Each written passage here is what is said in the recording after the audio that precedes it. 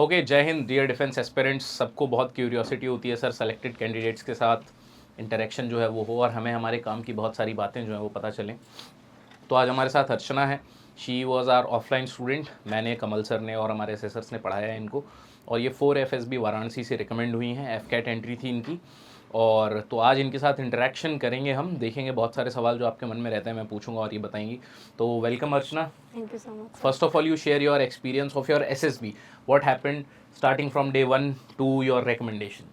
Sir, so it was a very great experience क्योंकि मेरा first SSB था ये, और मैंने हमेशा से यही सोचा था कि जो बच्चे एसएसबी देते हैं वो कितने ज़्यादा हाईली टैलेंटेड होते होंगे, तो उनके अंदर कितना पोटेंशियल होता होगा कि वो एसएसबी देने जाते होंगे। सो जब मुझे मौका मिला एसएसबी देने का, सो इट वाज वेरी, मैं बता नहीं सकती हूँ कितना बढ़िया फीलिंग था मेरे लिए कि मैं एसएसबी देने जा रही हूँ, मैं भी उन लोगों के साथ कम्पीट करूँगी।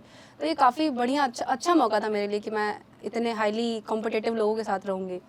सो फर्स्ट डे हो गया, 4 दिन और रहने को मिला, तो काफ़ी अच्छा एक्सपीरियंस था। नई नई चीज़ें जानने को मिला, नए नए इमोशंस फील किए मैंने, तो ये तो बहुत बढ़िया एक्सपीरियंस है। And see the quality of modesty which she has. She's still saying that मुझे अच्छे competitive लोगों के साथ, इतने ज़्यादा competitive लोगों के साथ जो है वो मौका मिला. That is good modesty we all must have. Truly said. Okay. So Archana, tell me about the journey. When did you exactly decide to join the defense forces, and when you cleared FCAT, what was your strategy to prepare for your SSB, and how much time did you have post your written result to your SSB? Basically my father is an army, he is a lance naik in DSC, तो obviously father को मैंने बचपन से ही देखा है वर्दी पहन के जाते हुए, तो मोटिवेशन वहीं से आया। देन मेरा फर्स्ट एफकेट I was not able to clear that, second एफकेट क्लियर कर लिया, और फिर उसके बाद सेकंड स्टेप था मेरा एसएसबी का। तो मैंने मम्मी से बात की, पापा से बात की, और फिर ये हुआ कि हम लोग थोड़ा पहले एडमिशन लेंगे ताकि I will get the chance to revise everything, और बार बार डिस्कशन करना, बार बार जीडी करना, उससे मेरी को काफ़ी हेल्प हो जाती। तो फिर मैंने कोचिंग्स देखी और फिर एमकेसी मिली। एमकेसी में ऑफलाइन क्लासेस बेसिकली 3 महीने की थी, जो कि बहुत ज़्यादा बेनिफिशियल है हमारे लिए, क्योंकि basically most of the coachings में होता है कि आपको सिर्फ 14 डेज मिलते हैं फॉर द एसएसबी कोचिंग, पर यहाँ 3 महीने का आपके पास वैलिडिटी था। तो मुझे लगा अगर 3 महीने हैं तो I can do bar bar GD, उससे काफ़ी हेल्प हो जाता।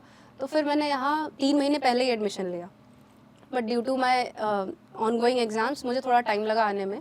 बट व्हेन आई केम तो फिर मुझे बहुत अच्छे मेंटर्स मिले, कमल सर थे, राणा सर थे, तो काफ़ी हेल्प मिली इन लोगों से। मुझे बहुत अच्छे टीचर्स मिले, बहुत अच्छे मेंटर्स मिले, प्लस मुझे बहुत अच्छा एक एनवायरनमेंट मिला यहाँ पे, क्योंकि यहाँ जो बच्चे आते थे वो भी कुछ करने की चाह लेकर आते थे। उनके अंदर था कि हाँ हम ये वाला ये करके रहेंगे, हमें एसएसबी देनी है, हम इतने बार से कॉन्फ्रेंस आउट है, इस बार हमको करना ही करना है। कुछ लोग फ्रेशर्स थे, तो इतने सारे अलग अलग लोगों को देख के अलग अलग तरह के उनके सबके अलग अलग मोटिवेशंस होते हैं, तो ये सब देख के फिर काफ़ी खुद भी लगता था कि यार करना है, जब ये कर रहे हैं तो हमें भी करना है।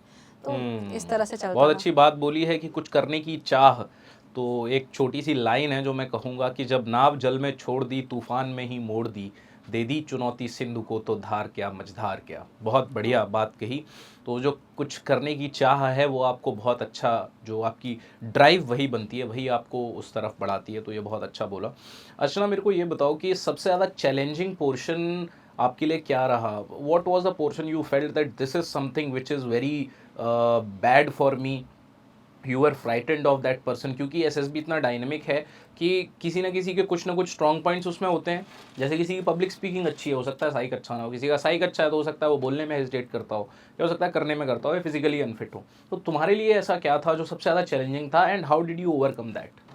सो चैलेंजिंग तो मेरे लिए पूरी एसएसबी थी शुरुआत में, बट देन बार बार प्रैक्टिस, आई मस्ट से बार बार प्रैक्टिस, आपकी मेहनत कहीं नहीं जाती है, आपको घूम फिर के मिल ही जाता है।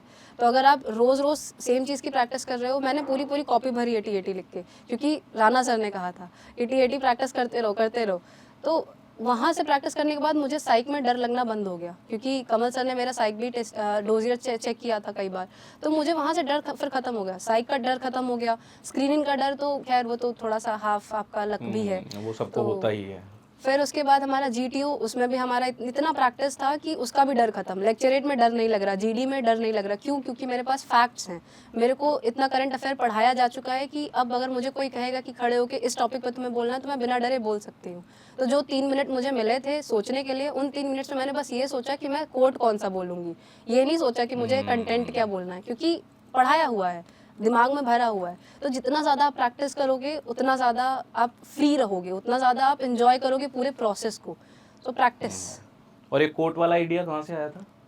आपसे। ओके देखो बच्चों, मैं सबको ये बोलता हूँ, जैसे आप किसी भी चीज़ पे लेक्चरेट दे रहे हो, है ना, तो आप उसको स्टार्ट करो एक कोट से, be the change you never you want to see in the future, good morning ladies and gentleman. तो ये थोड़ा सा अच्छा लगता है ना, तो वही सारी चीज़ें नहीं है। चलो अब SSB स्पेसिफिक आते हैं। तो सबसे पहले मेरे को ये बताओ कि साइकोलॉजिकल टेस्ट कैसे प्रिपेयर किए, how did major Kalsi family help you, how did Kamal sir help you, how did you overcome it, and what was your feeling after you had gone through the assessment over here? Sir तो साइक में सबसे पहले तो जो हमारा TAT था, तो TAT हो जा रही थी, लेकिन कभी कभी होता था कि टाइम कम पड़ जा रहा है, या कभी कभी होता था कि मैं एक्शन ज़्यादा नहीं लिख पा रही हूँ।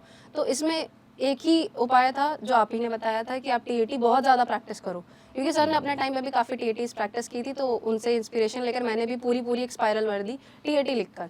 फिर WAT की बारी आई, तो WAT मैंने फिर पढ़ना चालू किया चीज़ों को, बुक्स पढ़ी, न्यूज़पेपर्स पढ़े, न्यूज़पेपर की रीडिंग भी की आदत भी सर ने लगवाई। तो इसके कारण मेरा थोड़ा वर्ड्स में भी थोड़ा सा ग्रास्प अच्छा हो गया। देन सिचुएशन रिएक्शन भी मैंने काफ़ी सारे किए थे, तो उससे भी मुझे आइडियाज़ लगने लगे। कमल सर भी ये चीज़ें डिस्कस किया करते थे कि ये वाला सिचुएशन को हम ऐसे हैंडल कर सकते हैं, या फिर इसकी ये कॉन्सिक्वेंसेस हो सकते हैं। तो बार बार करने के बाद और बार उससे फीडबैक लेने के बाद काफ़ी सारे इम्प्रूवमेंट्स देखने को मिले, जो फिर बाद में बहुत हेल्पफुल हुए। और अब हम बात करते हैं हमारे बहुत स्पेशल कमल सर की। बच्चे जब मेरे को मॉक इंटरव्यू देते हैं तो बहुत हैरेस्ड फील नहीं करते हैं, और जब कमल सर को इंटरव्यू देते हैं तो बेचारे ऐसे पसीना पोंछते हुए बाहर आते हैं। तो कमल सर को यहाँ पे मैं बहुत ओपनली और बहुत जेन्युइनली क्रेडिट देना चाहता हूँ इस चीज़ का। तो अर्चना, कमल सर ने इंटरव्यू में तुम्हारी कैसे हेल्प की, पहले वो बताना, और उसके बाद बच्चों को कैसे प्रोसीड करना चाहिए, जो इंटरव्यू के पीछे का जो एक रिटन वर्क होता है वो कैसे तुम्हें उसका गाइडेंस कैसे मिला और वो कैसे किया, तो दोनों चीज़ें मुझे बताओ डिटेल में। Yes sir. So interview basically हमें बहुत टफ लगता है कि हमें अकेले बैठना है, एक ऑफिसर होगा, वो हमारे बारे में सब कुछ पूछेगा। तो बेसिकली मुझे डर नहीं लगा था, मैं सच बता रही, क्योंकि उससे पहले की जो प्रिपरेशन थी मेरी, उसके कारण मुझे बिल्कुल डर नहीं लगा। मैंने इन्जॉय किया उस प्रोसेस को। तो प्रिपरेशन शुरू होती है अगेन राणा सर से। उन्होंने हमारी पूरी एक फाइल बनवाई थी, जो भी आपसे रिलेटेड जितने भी क्वेश्चंस हो सकते हैं, आपके PIQ फॉर्म में जितनी चीज़ें, एक वर्ड आपका अगर उसमें लिखा है, आपके एड्रेस का अगर उसमें पॉपुलेशन तक लिखा है, तो आपको पता होना चाहिए कि वो पॉपुलेशन आपके स्टेट को कैसे प्रोवाइड करा रही है, या फिर किस तरह हैम्पर करा रही है। तो आप वो पूरा एक फाइल बना था, जिससे मुझे अपने बारे में, अपने पेरेंट्स के बारे में, जहाँ मैं रहती हूँ उसके बारे में, जो मैंने किया है उसके बारे में सब कुछ पता था। अगेन कमल सर और मेरा थोड़ा सा बैकग्राउंड सिमिलर हो जाता है, क्योंकि उनका ग्रेजुएशन मेरा ग्रेजुएशन सेम सब्जेक्ट में था। तो मुझे थोड़ा डर लगता था कि उनसे इंटरव्यू देने में कि हो सकता है मुझसे थोड़ा सा ज़्यादा स्पेसिफिक चीज़ें पूछ ले, मैं ना बता पाऊँ। पर क्योंकि वो एक बहुत अच्छे टीचर हैं, मैं उनको टीचर भी नहीं कहूँगी, मैं उनको गुरु कहूँगी। तो वो एक ऐसे गुरु हैं जो अगर आप जितना इंटरव्यू उनको दे सकते हो दो, क्योंकि उनका बताया हुआ एग्जैक्ट क्वेश्चन मुझे मेरे खुद के इंटरव्यू में मिला। Wow, good. सर ने मुझसे यहाँ पूछा था कि अर्चना कौन सी चीज़ है जो तुम खोने से डरती हो। मैंने कभी नहीं सोचा था ये क्वेश्चन मुझसे कभी कोई आगे पूछेगा, पर वहाँ जाने के बाद सर ने एग्जैक्टली सेम क्वेश्चन पूछा। और वहाँ फिर आप बैठ के सोच नहीं सकते, आपके सामने एक बहुत बड़ा इंटरव्यूअर बैठा है, बहुत बड़ा ऑफिसर बैठा है, आप उसके सामने बैठ के सोच नहीं सकते यार कि इसका आंसर मैं क्या दूँ और वो अच्छा भी लगे। तो यहाँ मैं ऑलरेडी मैं सोची, सर को बताया मैंने, सर ने भी काफ़ी अप्रिशिएट किया उस आंसर को, और वहाँ जाके भी मैंने सेम आंसर दिया। सो आई बिलीव दैट अगर टीचर अच्छा हो, गुरु अच्छा हो आपका, तो फिर आप फिर कर ले जाओगे यार, फिर कोई दिक्कत नहीं। और दूसरी चीज़ मैं ये कहूँगा कि जैसे उस क्लास में 30 बच्चे थे, मैंने कहा था कि हाँ फाइल बनाइए आप लोग। PIQ में एक चीज़ बहुत ज़रूरी होती है। उन्होंने आपसे पूछा tell me something about your place. For example मैं प्रयागराज में रह रहा हूँ, अब मैं वही बता रहा हूँ संगम, किला, ये वो, that is not a good thing.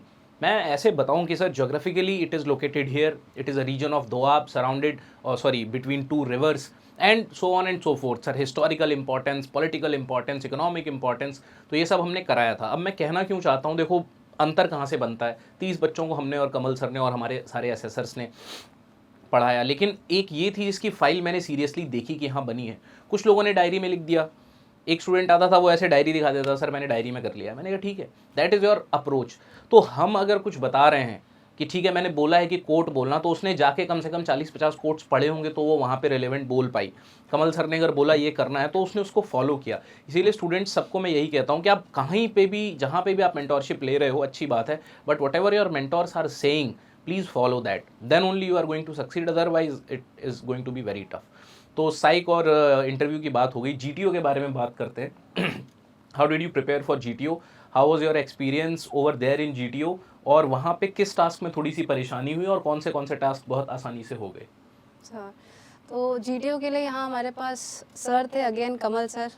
Kamal sir ने हम लोग को बहुत सारे स्ट्रक्चर, क्योंकि हम जीटीओ की प्रैक्टिस हर बार ग्राउंड पे नहीं कर सकते, क्योंकि ग्राउंड पे एक नंबर ऑफ ऑब्स्टिकल्स मिलते हैं हमको। पर आप चाहो तो ऐसे स्क्रीन पे देखकर या फिर बुक्स में देखकर आप ऑब्स्टिकल्स को जोड़ सकते हो। तो कमल सर ने यही किया, हमें रोज़, वो जब भी जीटीओ की क्लास होती थी वो रोज़ हमको इतने सारे स्ट्रक्चर्स बताते थे, इतने तरीके बताते थे कि आप ऐसा यूज़ करोगे, वैसे यूज़ करोगे, तो उससे दिमाग अपने आप खुलता था। वो खुद भी नहीं बताते थे, वो खड़े रहते थे, हमसे बोलते थे कि अच्छा बताओ इसको इसको कनेक्ट करो। जब पूरी क्लास हार जाएगी तब फिर सर आते थे हमारे रेस्क्यू के लिए कि देखो इसको ऐसे जोड़ेंगे। तो वहाँ से आइडियाज़ आते थे। हमारा पीजीटी हुआ, एफजीटी हुआ, फिर हाफ ग्रुप टास्क भी हुआ। उन सब में मैं आइडियाज़ दे पाई सिर्फ इसलिए क्योंकि मैंने आइडियाज़ सीखे थे यहाँ से, क्योंकि कमल सर ने इतने आइडियाज़ दिमाग में भर के भेजा था कि वहाँ जाने के बाद फिर स्ट्रक्चर देखो, आइडिया आएगा। कमांड टास्क में भी सर ने बस कमांड टास्क बोला और 5 मिनट के अंदर बना के ब्रिज उनको दे दिया कि सर ये ऐसे ऐसे होगा, पहुँच जाएंगे हम लोग। और क्योंकि मेरे को ऑलरेडी 4-5 बार बुलाया जा चुका था कमांड टास्क के लिए, तो वो थोड़ा नज़र में था कि हाँ चल रहा है, इसका भी ऐसा चल रहा है, क्योंकि फिर आपको रिलेशन भी बना के चलना पड़ेगा उधर। गुड गुड तो गुड, ये फिर- बहुत अच्छी चीज़ बोली है, रिलेशन बना के चलना पड़ेगा। तो ये कुछ इनके बारे में कुछ बातें रहीं। And anything else which you would like to say, and I would say that you please give the advice to the fellow aspirants, your juniors, those who are supposed to join the various academies. What is your message to them? How should they proceed? Proceed करने के लिए बस एक ही चीज़ कहूँगी कि just listen to your गुरु। बस उनकी बात सुनो, क्योंकि मेरे लिए मेरे 2 गुरु थे, मुझे इससे बेटर टीचर ना कभी मिले हैं, एंड आई डोंट थिंक मैं कभी मिल पाऊंगी ऐसे टीचर से। उनकी बातें, दोनों ही सर, राणा सर हो गए, कमल सर हो गए, इनकी बातें से मुंह से मोतियां निकलती है इनके। आप जितना इसको collect कर एग्जैजरेशन कहते हैं। एक बच्चा जब आपको रिस्पेक्ट के साथ साथ बहुत ज़्यादा रिस्पेक्ट करता है तो वो ऐसी बातें बोलता है। You will get finest of the gurus in your academy, trust me, देखना। But this is your respect for us. Kamal sir for some reasons यहाँ पे नहीं है, तो बाकी लोग तो जानते ही हैं कमल सर के बारे में। और मैं एक चीज़ और कहूँगा, ऐसा नहीं होता है कि ये कमल सर और राणा सर या कोई भी, it is a team work which we have done. Your fellow students, कई बार मैं क्लास में जाता हूँ और मैं बोलता हूँ ये टॉपिक है, प्रिपेयर करो इसको, और आपस में प्रिपेयर करो। तो वो जो फेलो स्टूडेंट्स हैं उनका भी बहुत बड़ा रोल होता है, हमारी सारी टीम का, सारे असेसर्स का, सर के गाइडेंस का, सौरभ सर के गाइडेंस का। तो उससे क्या है कि क्लासेस चलती हैं। और मैं एक चीज़ ये कहना चाहता हूँ कि अर्चना ने बहुत जल्दी प्रिपरेशन स्टार्ट की। जल्दी जैसा कुछ होता नहीं है, 90 डेज़ का कोर्स है। और आप सोचो कि अगर 90 डेज़ का कोर्स है और सुबह 9 to 5 क्लास चल रही है, तो कितना जम के एक बच्चा मेहनत करता है, और कितना जम के असेसर्स और टीचर्स और सारे लोग उस पर मेहनत करते हैं। तो इन सब चीज़ों को ध्यान रखिए, कोई भी चीज़ आसानी से नहीं मिलती है, आपको लग के जुट के पढ़ाई करनी पड़ेगी। तो I hope the video was informative and helpful to all of you. Thank you so much, and thank you Archana. We wish you best for your medicals, and we hope that you become flight cadet soon. Thank you, sir. Okay, thank you so much. Take care. All the best. Jai Hind.